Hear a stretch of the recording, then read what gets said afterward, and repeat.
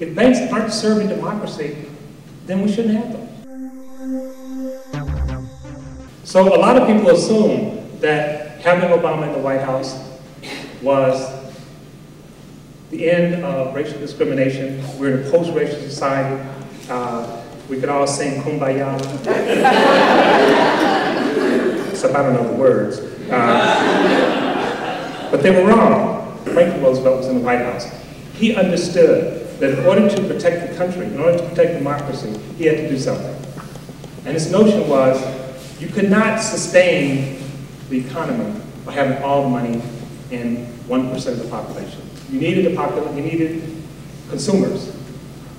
Professor Reich talked about this last night. And Henry Ford understood this. He actually raised workers' wages, and the shareholders sued. They said the purpose of the corporation was not to pay out wages, it was to take as much profit as possible.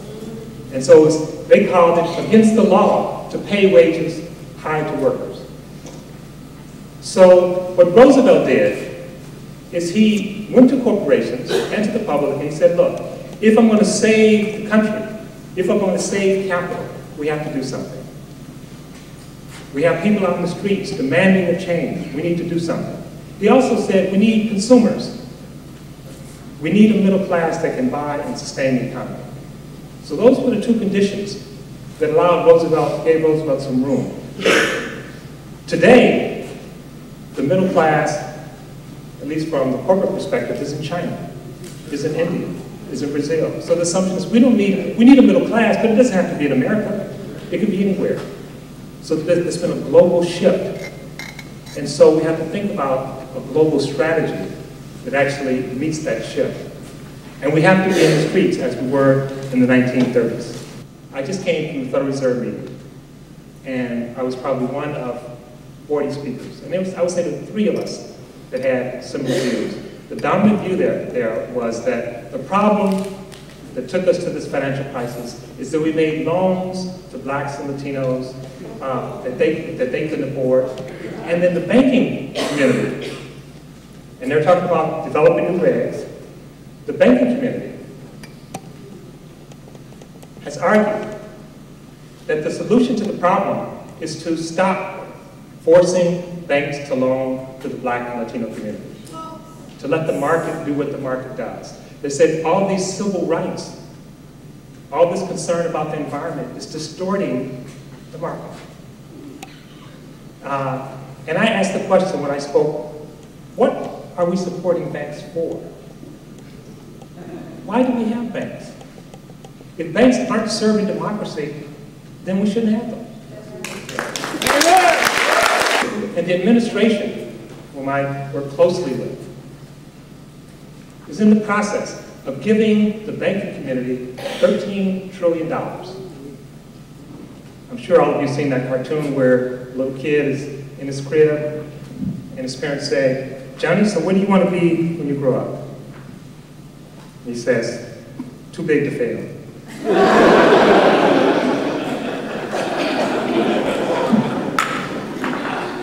So we say banks are too big to fail, so we give them $13 trillion.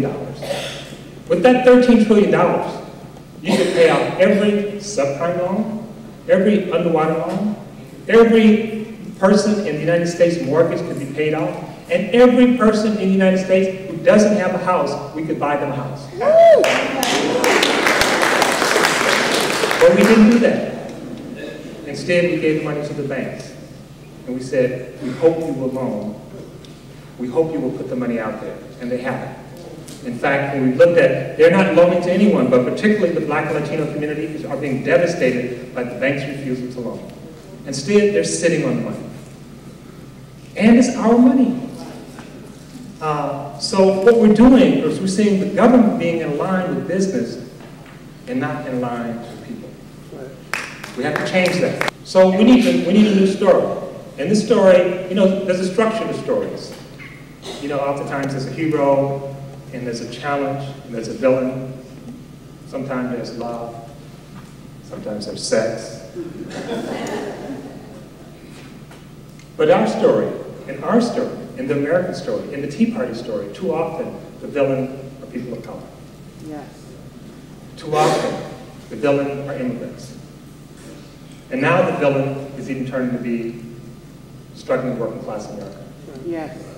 And I don't know if we really need a villain, but if we do, we have a very good corporate America. And I want to be clear that this is not saying corporations are all bad. And I'll say this in my talk. Corporations may make a good servant, but they make a terrible master. So this is the challenge, because much of the discussion is an attack on government, an attack on the public, with the assumption being that the benefit will rebound back to us as individuals. It will not. We are actually enhancing corporations, and corporations understand, in terms of their unlimited prerogatives, that things like civil rights, things like environmental rights, things like women's rights, creates a cramp on their style. It limits their prerogative, and they don't like that. Plus, they understand that if we ever get together across these dimensions, we will have a real democracy that will have serious implications for how corporations are run. I'm sure many of you know that history, and we often talk about the working class whites voting against their interests. And I want to suggest that's not quite right. They may be voting against or working against their economic interests, but they're actually voting for some version of their white interests. And in fact, it's not even just interest. They're actually voting for or fighting for what I would call their racial identity. So part of what's needed is a new identity.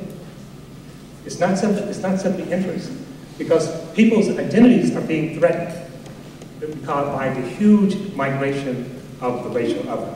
And we need to address that in much more sophisticated ways. So diversity is creating tremendous anxiety. So what does Jeffrey Sachs, Robert Putnam, and Tim Weiss have in common? Okay, they're all white men, but I was talking about something else. They all have been saying for the last 2 years that one of the greatest things threatening the United States and the world is diversity.